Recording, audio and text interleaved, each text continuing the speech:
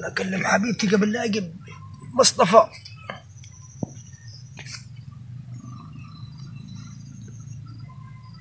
الو، ازيك يا حبيبتي؟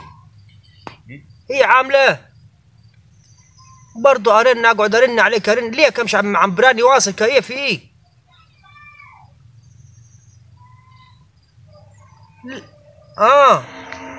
رنيت عليك انا بالليل ما رضيتش تردي علي. انت يعني بترني علي بالليل يا ابوي. انا موطي صوتي عشان مصطفى بيجي يقبطني بيروح يقول للمرأة. مصطفى اللي شغال معاي ده في الجنينه هتديله 200. هديله عاد 200 جنيه. انت قولي له عاد انا بحبه ومش بحبه وعايزين نطلع. الله يبارك فيكي. يا ابوي المره النهارده مزعلها بكل 10 15 يوم مش هرجعها تاني واصل.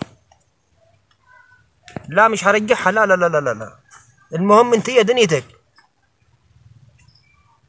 نروح الكورنيش.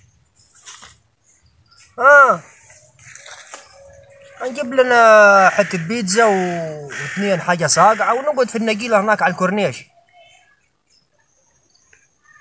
خلاص ليه يا ابوي؟ ما انا خايف من مصطفى الله يحرق ابو الجاب لحسن ياجي.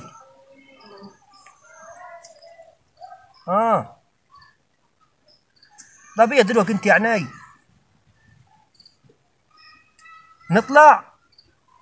نطلع يا عمي النهارده.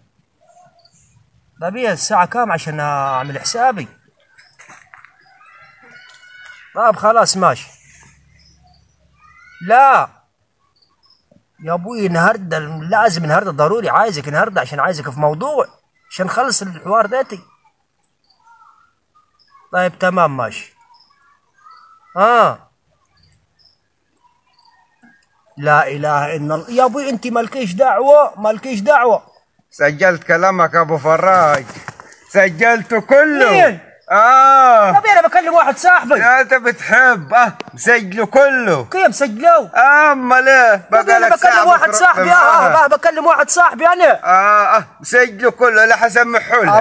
بص انا بكلم واحد صاحبي. طب رن لي عليه يا اخو. انا سامعك نجيب بيتزا ونجيب مش عارف ايه ونجيب حواوشي.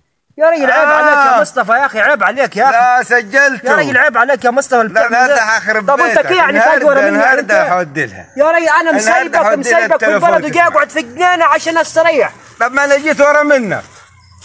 مين قال لك انا هنا؟ سالت عليه قالوا هنا في الجنينه قاعد. ابو شوال اللي قال لك. ابو شوال اللي قال لي ابو شوال اللي قال لك.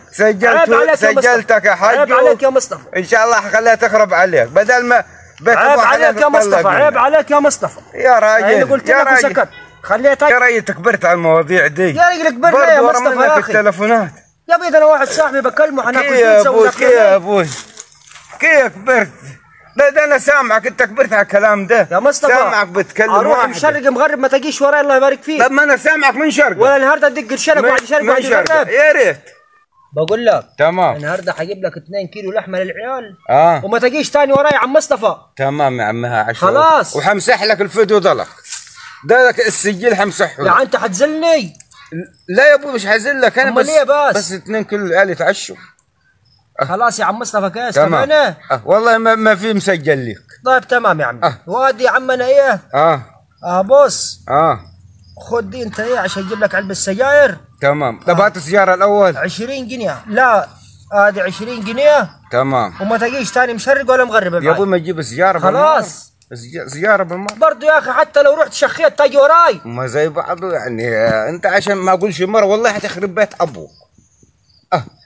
لو سمحت هذا حتخرب بيتك المره. يا مصطفى انا سبت لك البلد وسبت لك القهوه وجيت هنا في الجنينه عشان خاطر برضه انت جيت وراي. عارفك اصلا عارفك راي كبير ما كبرلكش عقل. كبرت ما كبرلكش عقل يا راجل عيب عليك يا راجل. ومش حركاتك دي قال طير وراها بقى لي 15 يوم. يا راجل هي قاعده في البيت المره يا راجل. مين 15 يوم؟ ما سمعك بتقول لها 15 يوم. حول الله يا رب.